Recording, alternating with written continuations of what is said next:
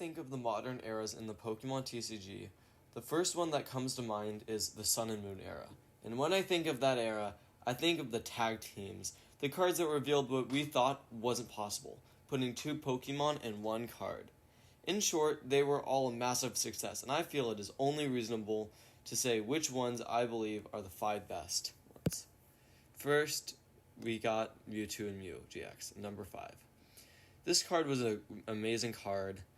I think definitely not as valuable as I would have thought, considering it's combining two of the most popular Pokemon, which are in some ways one of the faces of Pokemon as a whole, together. And I really wish it was more valuable, because I think this card absolutely deserves more value. But in short, I think it just didn't. I think part of it was that the alt art was released as a promo, and that was really typically the alt arts were the ones that overtook the rainbows and were more valuable. But overall, still, I think it's an amazing card. There's nothing bad to say about this at all, and I think definitely it is a good investment and worth buying. Now we have the Arceus Palkia and Dialga, or Dialga and Palkia, whatever. This card, I think definitely the concept of it was amazing.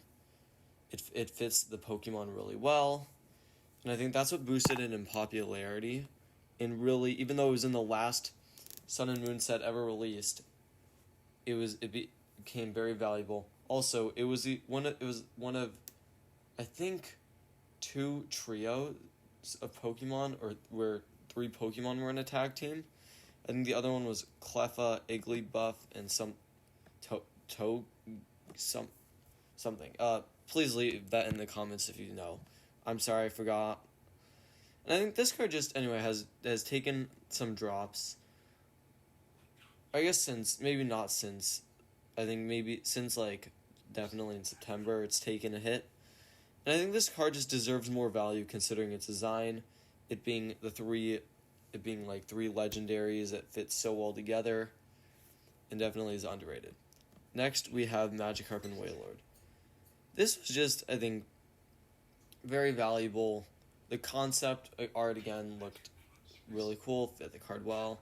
It was also in Team Up, and there's now, spoiler alert, there's another card on this list in that set that is going to come to none of your surprises. But really, it definitely had a lot of competition, and the fact that it could still maintain a ton of value, around $250, while competing with Pikachu and Zekrom, the Gengar and Mimikyu, Latios, and some of those other big Venusaur and Celebi big tag teams, definitely proves the strength of the card overall. This next one, I think, it's definitely the cheapest on this list, and that's why I put it here. It's a Charizard card that I think suffered the same problem with as a Mewtwo and Mew from before, where its alt art was in a promo. And I think that, again, this card is a really cool card, has just, again, been undervalued. A Charizard card for $126, definitely in a rainbow, I definitely think this card is worth more and deserves more credit than it gets. And therefore, being able to buy this card cheap, and some days people are Charizard collectors. Some days people will realize the true value of this rainbow and this stunning card that was one of, back then when tag teams came out, one of the most notable ones. Then they'll start throwing money at it. Number 1, we have the surprise of literally nobody, the Latios and Latios. I can't really say anything bad about this card at all. I mean, even now I'm stunned by the artwork. It is insane how they were able to do this in the concept, and that's the only reason it's very valuable. But that is absolutely one of the best reasons. This card does, I think, have a good amount in a PSA 10, but that doesn't even matter with how much this card has just by looking cool.